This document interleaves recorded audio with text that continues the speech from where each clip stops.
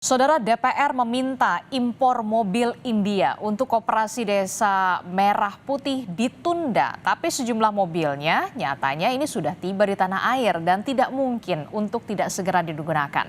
Lalu pertanyaannya, bagaimana solusi untuk mengakhiri polemik impor mobil India ini? Kita akan ulas bersama dengan anggota Komisi 6 DPR dari fraksi Partai Demokrat, ada Bung Herman Hairon, kemudian ada Kepala Pusat Ekonomi Makro dan Keuangan Indef M. Rizal Taufikur Rohman, dan juga ada pakar otomotif ITB Yanes Pasaribu. Selamat pagi, Assalamualaikum Bapak-Bapak.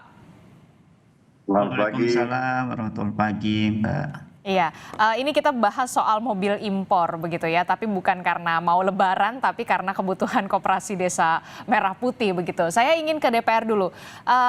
Pak Herman, ini kalau dilihat kan ya, DPR bilang ditunda, kemudian tadi dari Kadin juga mengatakan agar dibatalkan saja. Nah, apa sebenarnya yang menyebabkan DPR dan juga Kadin ini sepakat ya sudahlah ditunda saja, dibatalkan saja? Apa sebenarnya yang menjadi alasan utamanya? Ya, pertama tentu saya juga ikut rapat ya dengan Agrinas Pangan Nusantara bahwa untuk komponen lain dibahas ya. Misalkan untuk pembangunan gerai dan gudang itu dibahas, bahkan anggarannya kami tahu 1,6 miliar. Kemudian untuk modal kerjanya 500 juta itu juga kami bahas. Namun untuk pemenuhan sarana lain yang dibicarakan dalam rapat itu nggak muncul untuk item apa dan alokasinya untuk apa. Oke, jadi Dan untuk mobil ini tidak ada ada muncul item ini pada saat pembahasan rapat itu? Ada, bahwa salah satunya adalah untuk pengadaan sarana transportasi, tapi kan tidak disebutkan jenisnya apa dan untuk apa gitu. Dan tentu ini yang menyebabkan kami hari ini tidak pernah tahu bahwa ada rencana Agrinas Pangan Nusantara untuk melakukan impor terhadap mobil di India.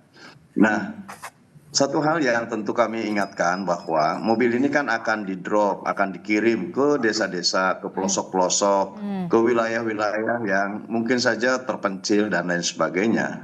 Nih, bagaimana kalau misalkan merek mobil yang tidak pernah familiar di Indonesia, kemudian ada di desa, ada di pelosok-pelosok yang keterjangkauan after sales service-nya tidak ada. Betul. Gitu. Memang murah. Nah, murah itu selaras tidak dengan kesiapan dan ketersediaan after sales service-nya. Sehingga ya percuma saja kalau murah hanya bisa digunakan dalam 1 tahun sudah tidak bisa digunakan. Ya lebih baik agak tinggi sedikit, kemudian bisa bermanfaat lebih panjang. Yang kedua, ya kalau impor kan seluruh instrumen APBN ini kan diharapkan untuk bisa meningkatkan pertumbuhan ekonomi. Nah, kalau kemudian serta-merta impor, ya tidak ada value-nya, tidak ada nilai tambah bagi pertumbuhan ekonomi nasional. Nah, pada sisi lain memang saya juga mendapatkan informasi kalau industri otomotif dalam negeri juga sedang lesu. Kami kan bahas juga dengan Kementerian Perdagangan berbagai komoditas, berbagai jenis perdagangan yang hari ini tertekan gitu ya dengan situasi ekonomi global yang tidak pasti. Nah, kalau kemudian konteksnya adalah untuk bisa meningkatkan perekonomian nasional, semestinya kan kita berorientasi kepada nasional. Tidak perlu homogen, tidak perlu sama. Apa yang diberikan kepada Koperasi Desa Merah Putih itu tidak perlu sama. Seperti halnya menyamaratakan seluruh gudang-gudang dan gerainya disamakan gitu. Nah, kalau mobilnya kan tidak perlu sama. Yang penting siapa sih yang memiliki industri otomotif yang mampu memenuhi 105.000 kendaraan yang tidak harus juga secepat-cepatnya gitu. Bisa saja kan bertahap. Intinya produksi dalam negeri bisa Masalahnya kan gerai dan bangunannya juga kan masih sedang dibangun. Saya kan juga kemarin ke daerah pemilihan, saya juga melihat bagaimana pembangunan progresnya seperti apa. Itu kan juga kami lihat. Oke, tapi yang terakhir yang dalam pandangan saya, ini kan Pak Presiden ini kan selalu mengedepankan kepentingan nasional, pertumbuhan ekonomi rakyat, peran anak-anak bangsa di dalam meningkatkan seluruh produk-produk yang dibutuhkan. Bahkan selama bahwa kita bisa memproduksi, selama kita memiliki kerjasama produksi dalam negeri yang melibatkan anak-anak bangsa, ya kita ke dalam negeri. Bahkan kendaraan kepresidenan pun buatan Pindad gitu. Dalam pemikiran saya, kalau 105.000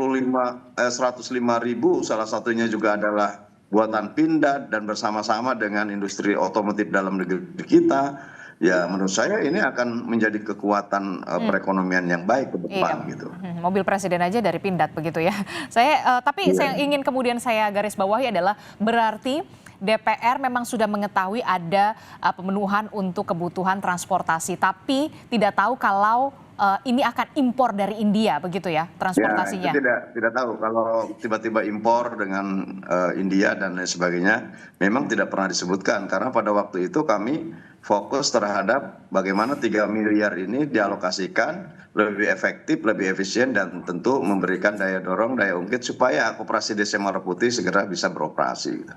Oke, DPR justru mengetahuinya ketika sudah ramai di media sosial atau bagaimana? Setelah ini apakah akan memanggil Agrinas atau seperti apa?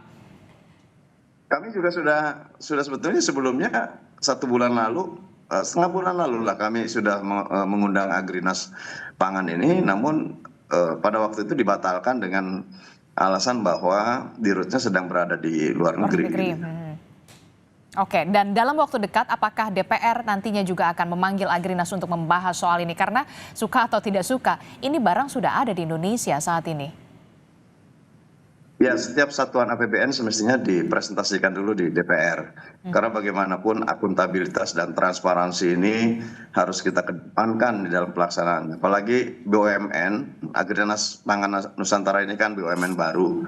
Dan kita dituntut bahwa harus GCG ya, harus memenuhi good governance, harus memenuhi clean governance, dan tentu sebagai BUMN juga mempertanggungjawabkan kepada hasil pemeriksaan nanti di BPK. Oleh karenanya seoptimal mungkin kami pada setiap satuan anggaran yang akan digunakan ya harus dibahas, harus transparan dan harus jelas betul gitu ya. Terutama nilai manfaat bukan hanya kepada manfaat pengguna, tetapi manfaat keseluruhan untuk pertumbuhan ekonomi nasional. Oke, saya akan ke Indef dulu. Kalau dari kacamata Indef sendiri, apakah ini murni kebijakan ekonomi ataukah kemudian ada pertimbangan politik dan juga diplomasi dagang soal ini? Ya, kalau kita lihat ya Mbak ya, memang nampaknya ini keburu-buru ya. Terburu-buru, kenapa terburu-buru? Ya mungkin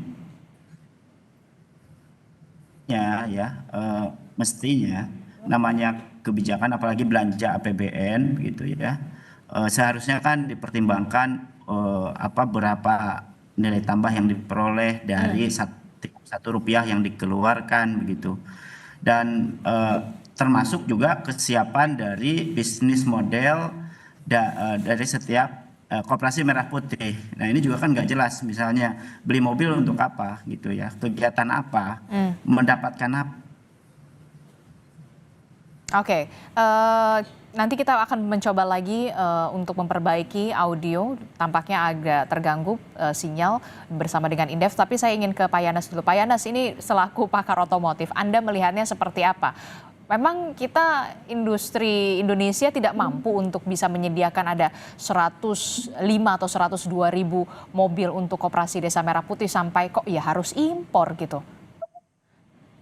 Baik, jadi kalau secara teknis sebenarnya dari kapasitas terpasang di industri otomotif kita, ini sekarang kapasitas produksinya baru di range 70% dari total kapasitas ya.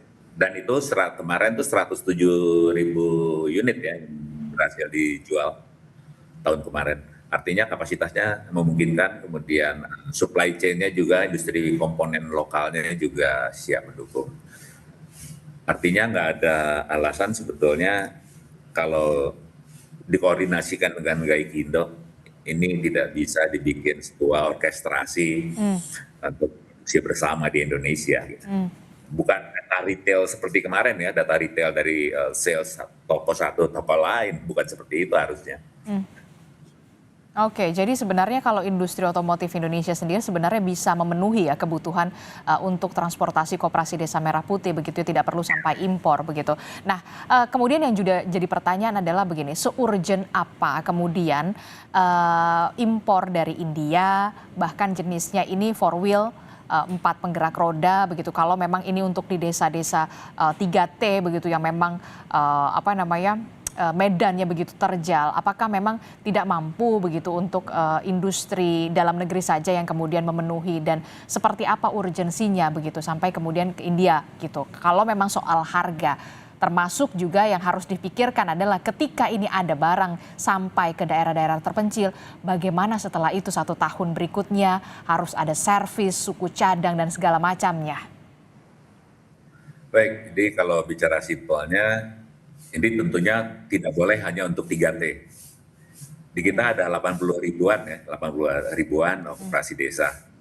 Mobil yang dibeli 105 ribu. Kalau nggak salah dengar saya ini next-nya itu 320 deh, ribu.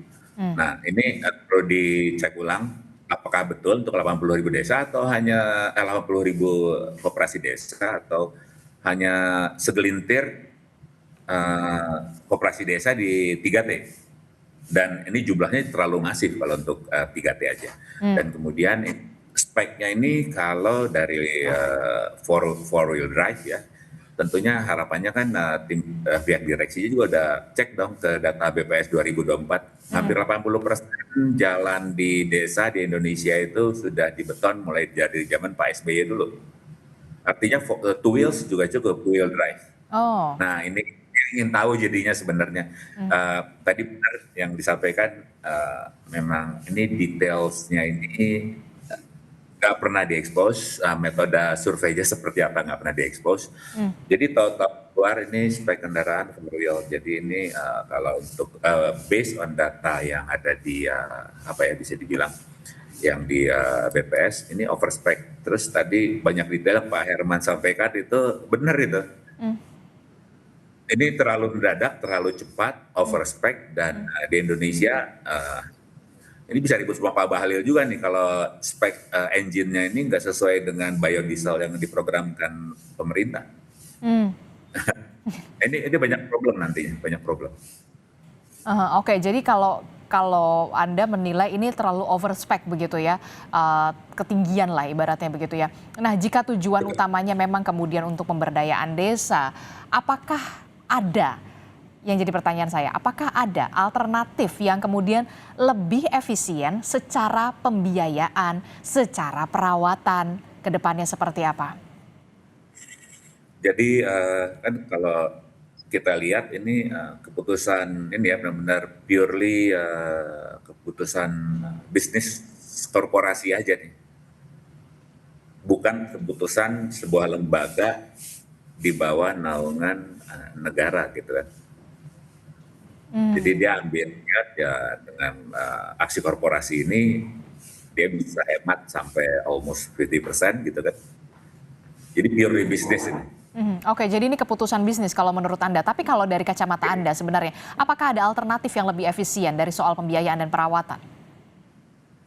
Ini program nasional, terus terang kenapa mobil kita juga harganya tinggi, karena sebenarnya kalau kita hitung lebih dari 40% komponen mobil kita itu kan berputar lagi masuk ke kas negara dalam bentuk pajak, pungutan, dan sebagainya.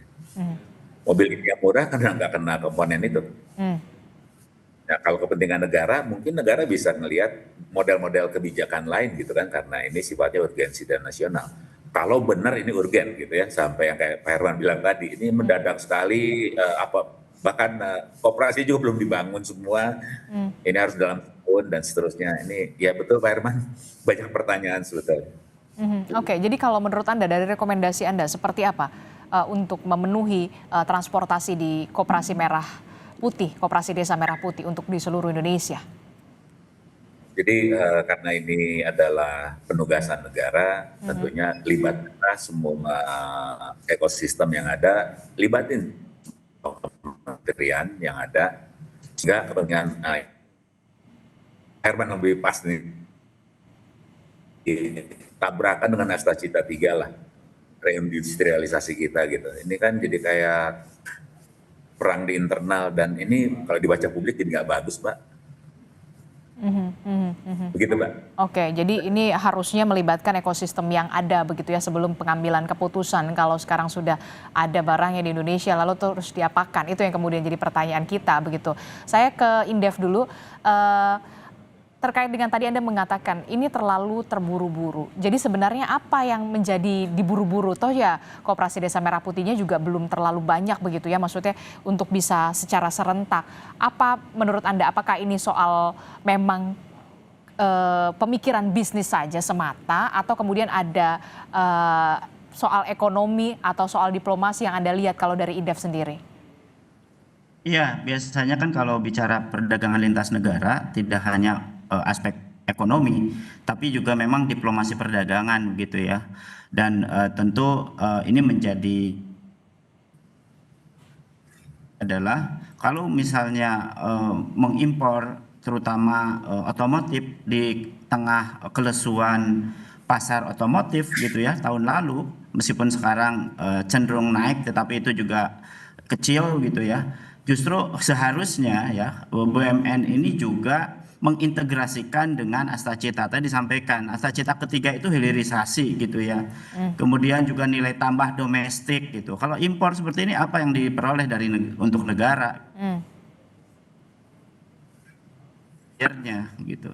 Sehingga ini justru akan menjadi polemik dan dilematis ke depannya. Jadi kos lagi. Bahkan dananya kan pinjam dari Himbara ya. Dan pemerintah kredit kan per tahun selama 6 tahun gitu. Dan apa yang akan terjadi? Maka ini kan jadi beban fiskal lagi nanti ke depannya. Justru seharusnya atau sebaiknya atau idealnya justru mengintegrasikan dengan yang ada saat ini. Bahkan saya kira industri otomotif yang ada saat ini sudah bisa menyesuaikan dengan topografi, kondisi jalan dan lain sebagainya, teknis gitu ya. Nah, yang lebih penting justru itu di tengah industri padat karya yang sangat sulit menyerap tenaga kerja gitu, bahkan tercipta, justru ini sebenarnya jadi peluang market gitu ya, sebagai stimulus dari APBN harusnya mendorong ke sini ya, bukan kemudian justru beli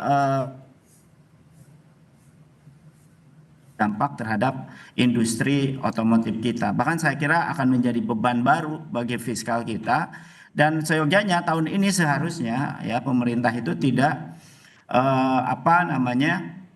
membuat implementasi dari sebuah kebijakan yang justru menjadi beban fiskal ke depan. Sudah tahu kita beban fiskal ini kan makin ketat begitu ya, dan Rp1 itu harus memberikan nilai tambah dan mendorong pertumbuhan ekonomi yang tinggi. Bahkan 4%, nah 6% itu bagaimana gitu ya? Kalau impor ya habis gitu ya, dan tidak mendapatkan penerimaan negara yang signifikan gitu. Oke, jadi ini Anda melihat, Indef sendiri melihat ada potensi pembebanan fiskal di sana. Nah, tapi kalau kita lihat begini kan, ini kan sudah ada Inpresnya ya, Instruksi Presiden nomor 17 tahun 2025 tentang percepatan pembangunan fisik gerai, kemudian ada pergudangan dan kelengkapan koperasi desa atau kelurahan Merah Putih begitu ya. Nah, kalau Anda melihat dari Indef sendiri, kalau ini nantinya ditunda ataupun kemudian dibatalkan, ditunda seperti apa yang dikatakan oleh DPR begitu, atau dibatalkan sekalian begitu, siapa yang harus menanggung risikonya, dan nanti win-win solutionnya kalau dari Indef sendiri seperti apa ini? Yang tentu saja kan bertanggung jawab yang sudah melakukan aktivitas itu kan gitu ya, yang tentu harus dikonfrontir gitu, apa pertimbangannya, urgensinya, dan katakanlah ya satu koperasi itu dapat satu mobil gitu, 105 koperasi Merah Putih itu sudah ada aktivitas ekonominya gitu ya, atau bisnis modelnya sudah ada, sudah jelas gitu, dan marketnya sudah jelas. Itu juga menjadi penting. Kalau kemudian ternyata nanti idle beberapa bulan gitu ya, bahkan menjadi masalah di dalam pemeliharaan karena tidak siap misalnya ya gitu ya, karena ini kan CBO gitu ya, build up yang notabene kontak bengkelnya dan lain sebagainya, ini kan jadi beban baru. Dan ini betul-betul harus dicek gitu ke lapangan, apakah yang dia mandatorikan itu, yang PP 17 tadi itu sudah sampai mana gitu pembangunannya.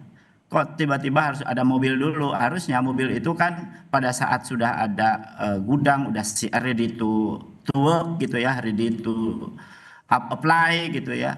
Itu baru tuh disiapkan apa namanya sarana prasarana transportasinya. Nah, itu pun sarana. Nah, oke, seharusnya pergudangannya dulu, semuanya dulu Ya, betul. disempurnakan begitu ya, disiapkan, barulah kemudian Betul. terakhir adalah transportasinya begitu ya, soal transportasi yang Betul. tadi Anda sebutkan mobilnya. Nah, kalau ini sudah kejadian ya kan, sudah ada 1.200 sudah ada tiba di Indonesia. Nah, ini mau gimana nih kelanjutan? Ayah, buka puasa nanti mau dimasakin apa? Tiap Ramadan, ibumu suka masak ayam gongso. Sejak ditinggal ibu, ayah sering kangen masakan ibu. Ayam gongso itu wajib pakai kecap sedap. Kental dan gurihnya meresap hingga ke hati yang terdalam. Alhamdulillah. Rindu rasa masakan ibu sekarang terobati. Selamat menunaikan ibadah puasa dari Wings Food. Otomotif khususnya, kemudian juga dari sisi utilisasi dari jenis kendaraan, ya, kemudian juga termasuk juga utilisasi kendaraan butuh itu gitu ya, saya kira itu. Oke, jadi mau nggak mau ya udah dipakai aja gitu. Iya, karena kan perjanjiannya seperti apa dulu gitu. Misalnya perjanjiannya boleh ya bisa gitu. Tapi biasanya kan tidak mudah gitu mengembalikan barang yang sudah di tempat, apalagi ini erat kaitan dengan perjanjian dagang ekspor impor kan. Apalagi misalnya Indonesia sudah masuk DP kata-kata ke situ, kan nggak mungkin India ngirim barang tapi belum. Oke, penjelasannya berarti ya sudah dipakai saja, sudah kandung basah begitu ya, sudah ada nilai kontraknya 25 triliun. Bagaimana nih Pak Herman, kalau menurut Anda dari DPR begitu ya, sudahlah pakai aja dulu, mau gimana lagi? Sudah ada perjanjian dagang di sana, bagaimana Pak Herman? Ya, tentu pertama ditunda lah ya, karena ini kan beli gitu, bukan membuat gitu. Dan saya kira sudah disampaikan oleh Pak Dasko, menunda dulu sampai Presiden nanti tiba di tanah air dan mengambil keputusan penting yang saya sendiri tidak tahu nanti keputusannya apa. Yang kedua ya, kalau skala urgensi sebetulnya skala urgensi bukan mobil. Skala urgensi itu adalah Koperasi Desa Merah Putih segera ada kantornya, ada kegiatan usahanya, dan itu bisa berlangsung. Kalau persoalan mobil di desa-desa itu banyak pickup yang bisa disewa sementara untuk transportasi kan banyak gitu ya. Bukan skala urgensi menurut saya kalau kendaraan, itu gaya-gayaan aja lah gitu ya. Dan yang penting sebetulnya apa yang diharapkan oleh Presiden bahwa Koperasi Desa Merah Putih menjadi sarana untuk bertransaksi di desa, bisa lebih murah komoditas-komoditas pangan, hasil para petani bisa diserap, kemudian bisa memberikan dukungan terhadap operasional dan kebutuhan berbagai komoditas yang saat ini dibutuhkan oleh makan gizi gratis misalkan, itu yang lebih penting gitu dibandingkan dengan harus ada pengadaan tertentu. Kan juga tidak harus serentak dan homogen gitu, itu bisa secara parsial sambil jalan. Toh juga di dapil saya misalkan, kemarin saya juga meninjau pembangunan Koperasi Desa Merah Putih, itu masih belum selesai juga, masih berjalan. Dan saya tanya bisnis apa, baru sedang diurus, legalitasnya masih sedang diurus. Itu pun untuk keterkaitan atau linkage bisnis dengan BUMN juga belum clear, misalkan untuk penyaluran gas 3 kilo, untuk agen-agen drilling yang sekarang ini menjadi agen pembiayaan di BRI misalkan, ini juga kan belum pasti dan belum jalan. Belum lagi kemampuan dan kapasitas sumber daya manusianya kan belum juga dipersiapkan. Saya kira bisa dengan percepatan keluarnya Perpres untuk percepatan perwujudan Koperasi Desa Merah Putih bukan percepatan untuk pengadaan kendaraan menurut saya, percepatan untuk segera Koperasi Desa Merah Putih ini bisa berjalan sesuai keinginan Presiden bahwa bisa menjadi institusi atau tangan-tangan negara yang bisa memberikan dampak positif terhadap masyarakat. Saya kira itu yang penting. Gitu. Oke, percepatan di Koperasi Desa Merah Putihnya dulu yang kemudian harus disempurnakan begitu ya, sudah siap dulu begitu ya. Transportasi nanti akan mengikuti kemudian begitu ya Pak Herman ya. Ya memang kan antar desa, Koperasi Desa Merah Putih ada di semua desa. Jadi ya antar desa itu juga berhimpitan kok gitu, berdekatan. Kecuali di wilayah-wilayah remote yang antar desanya jauh. Kalau di dapil saya desa satu dengan desa lainnya dekat juga gitu ya. Dan kalau kebutuhan kendaraan juga banyak, bisa menyewa dulu punya masyarakat. Dan menurut saya jangan terburu-buru lah ya, karena ya aksi korporasi sekali lagi harus good corporate governance, harus betul-betul dapat dipertanggungjawabkan. Jangan sampai setelah pengadaan mobil ini kemudian ada persoalan hukum di belakangnya, kan tidak baik ya. Lebih baik kita transparan, kemudian akuntabel pada publik, berapa kapasitas dalam negeri bisa memenuhi. Ya kalau mungkin kemudian ada batas waktu yang harus segera dilakukan oleh Agrinas Pangan Nusantara, ya berarti kekurangannya apakah impor atau tidak impor, ya coba bicarakan dulu gitu. Jangan berbicara untung atau tidak untung. Bisa untung, korporasinya bisa untung, Agrinas Pangan Nusantara bisa untung, tetapi apakah keuntungan ini membawa keuntungan pada negara, kepada Koperasi Desa Merah Putih, kepada bangsa, kepada rakyat? Nah ini yang harus dipertimbangkan dan diperhitungkan betul. Gitu. Oke, terakhir saya ingin ke Pak Yanes dari sisi otomotif begitu ya. Apa yang kemudian harus dipikirkan kembali? Poin kritis apa yang kemudian harus menjadi pertimbangan dari Agrinas Pangan Nusantara ini? Pertama, ini tentunya ada dua senario ya.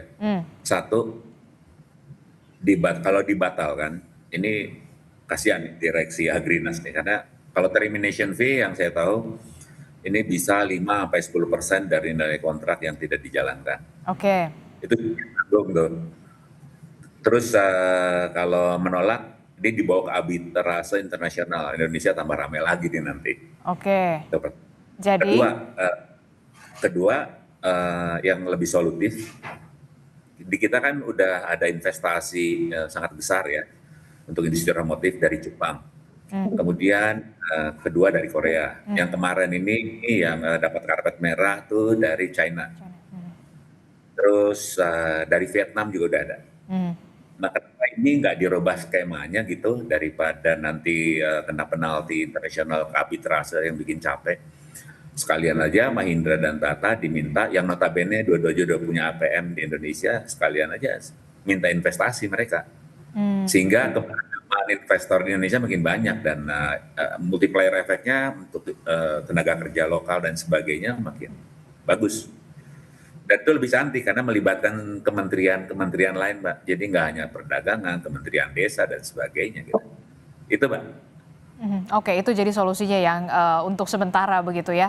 Terima kasih Pakar Otomotif ITB, Yanes Pasaribu telah bergabung bersama kami. Kemudian juga ada Kepala Pusat Ekonomi Makro dan Keuangan Indef, M. Rizal Taufikur Rahman, dan juga ada anggota Komisi 6 DPR RI dari fraksi Partai Demokrat, Pak Herman Hairon. Nanti kita akan tunggu setelah Presiden tiba di tanah air, apa yang kemudian menjadi keputusan dari Presiden soal pro dan juga kontra pengadaan impor mobil dari India ini. Terima kasih Bapak-bapak, sehat selalu. Assalamualaikum.